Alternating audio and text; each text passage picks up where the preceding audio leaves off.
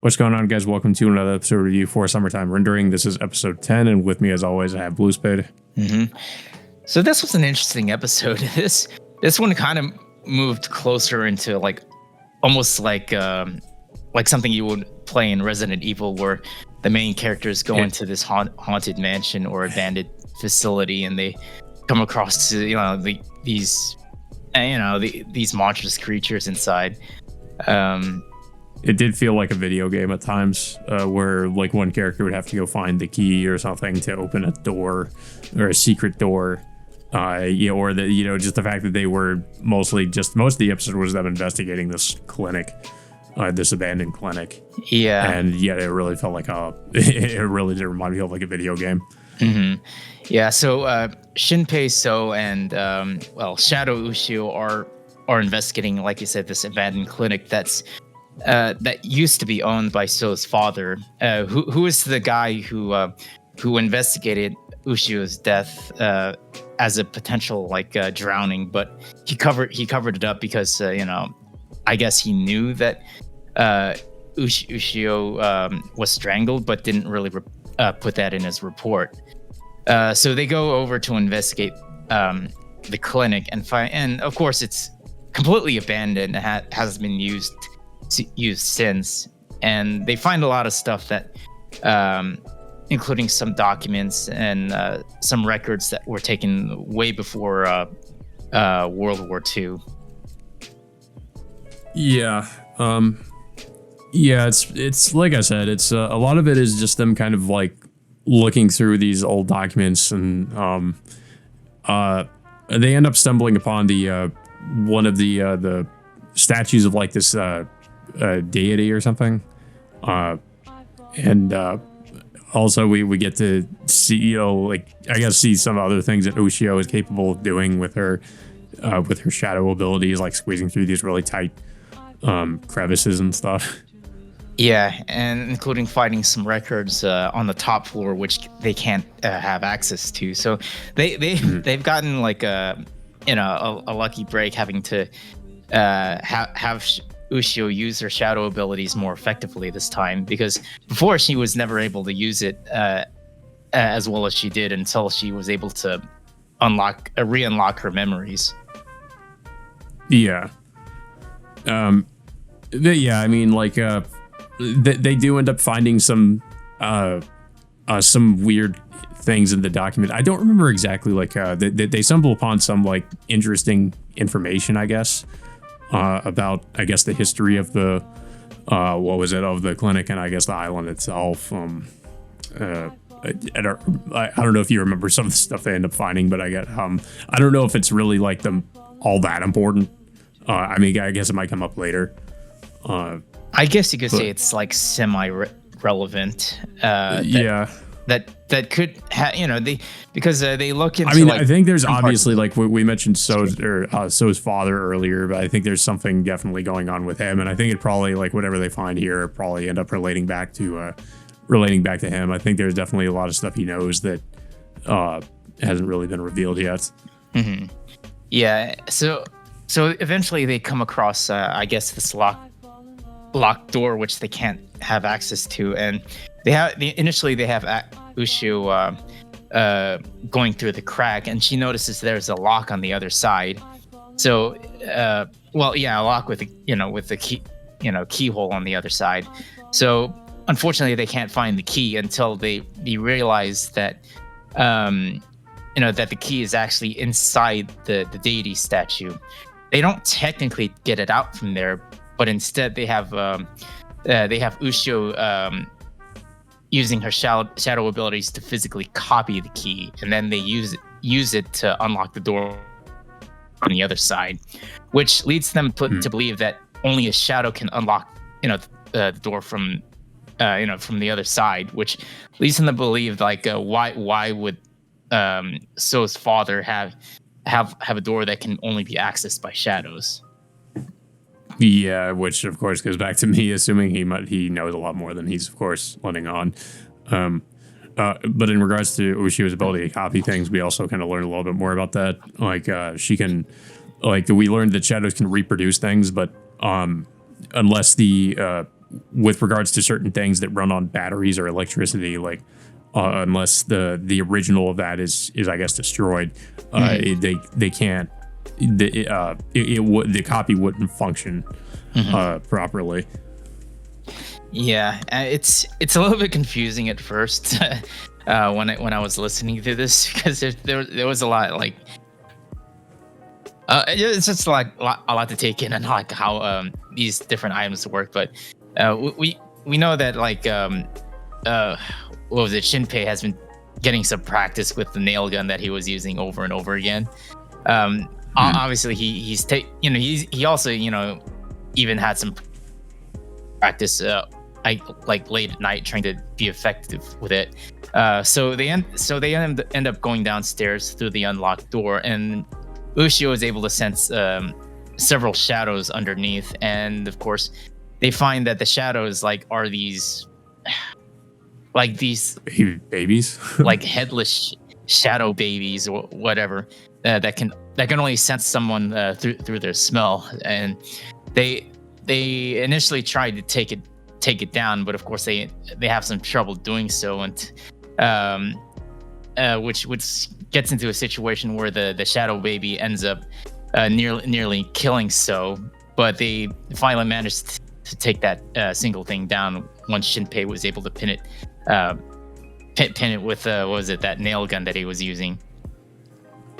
Yeah, I'm kind of wondering where these babies came from. Like, I mean, did a shadow copy a lot of these babies? Because there are multiples of these shadow babies. So I'm guessing a lot of these maybe babies were copied and shadows were created of them.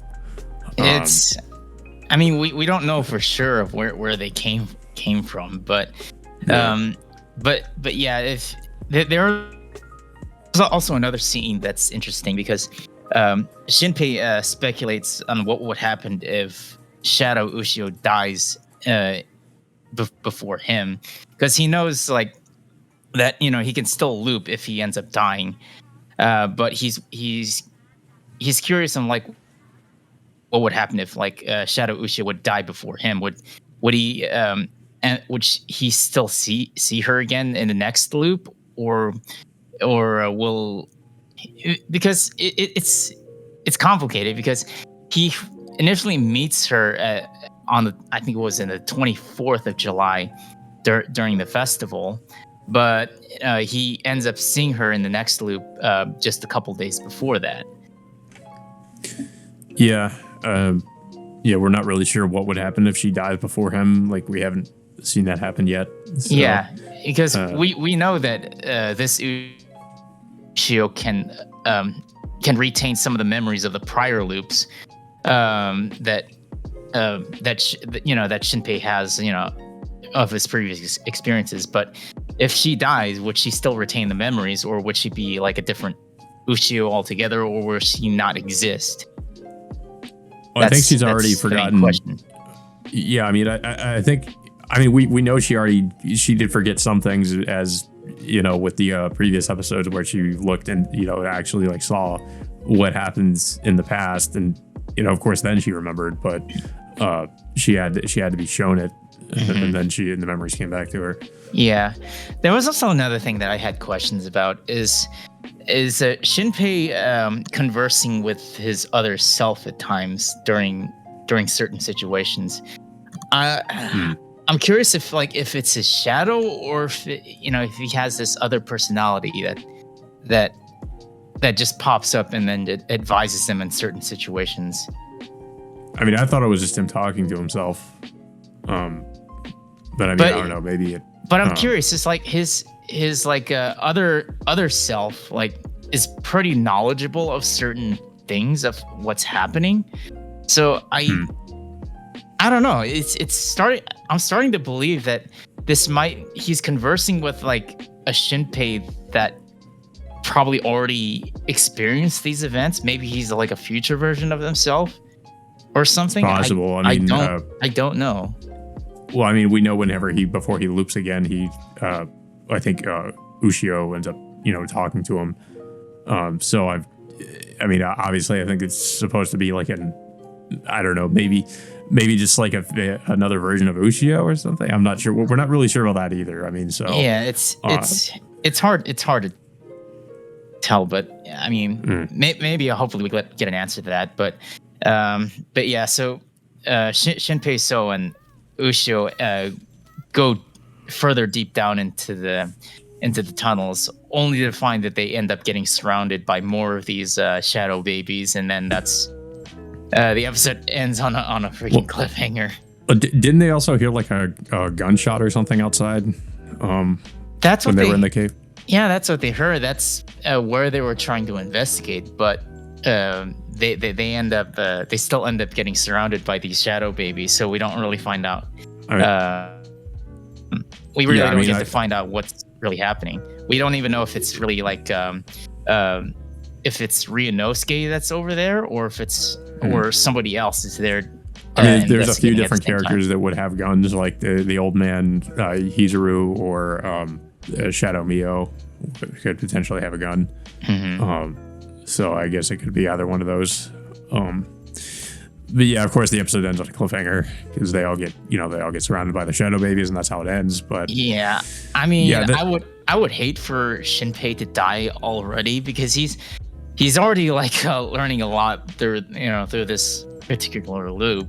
But if he dies, then like even if he loops, we know that he'll be sent back in a further point in time from before. So he doesn't have like the same luxury as Natsuki Subaru does in ReZero. Yeah, because it's been implied that there's a limit to how many times he can loop, which we don't know what the limit is, but we know it's dangerous for him to keep looping. He can't just like abuse that power. But yeah, I mean, this episode was okay, but it felt like it was like, I guess, kind of building up to something with all these I guess these documents they were coming across. I mean, like we said, it kind of felt like a video game where they were just kind of investigating this place, and then they came across this secret area with all these shadow babies, which have yet to be explained. It feels like they're probably going to end up like maybe finding something in this cave that maybe will lead to further questions. That's, I guess, what I anticipate is going to happen in the next episode.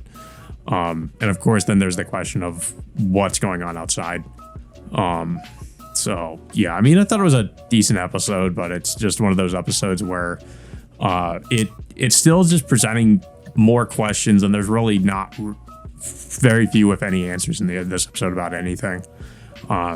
So it feels like I said, it just feels like more build up to potentially even more questions, which I think is probably going to happen in the next episode. They'll find like a lot more stuff that's going to be really like I don't know. I guess it depends on what happens. I think we'll probably see the So's father end up maybe showing up in the next episode or a little bit later, because I do think he's going to play a role in all this. I just don't know what. But I mean, considering this is part of, I think, So's family's clinic or whatever, I think he's probably going to show up at some point, maybe sometime soon. Yeah. So I guess we only have, I don't know if we have at least 2 or 3 more episodes. I don't know, because this is a 2-core series. It has 25 episodes. So one core has at least 13 episodes, but I don't know which. Yeah. I don't know if this season's gonna have the 13 or the other one is. I mean, that would make sense, because like I've mentioned, it feels like it's the build up to something, some huge revelation they might find in this place or something. But I guess we'll have to see. But I don't really have too much else to say about the episode. I thought it was okay. It wasn't quite as crazy as some of the previous episodes we've seen, but I thought it was fine. I don't know if you have anything else to say about it. I thought it was good plot progression in this one compared to all the other ones that were just mostly isolated back into the town itself. But I'm glad they're finally moving the plot along and investigating certain things that they haven't seen before. Yeah. Yeah, so that all being said, until next time, guys, we will see you all later.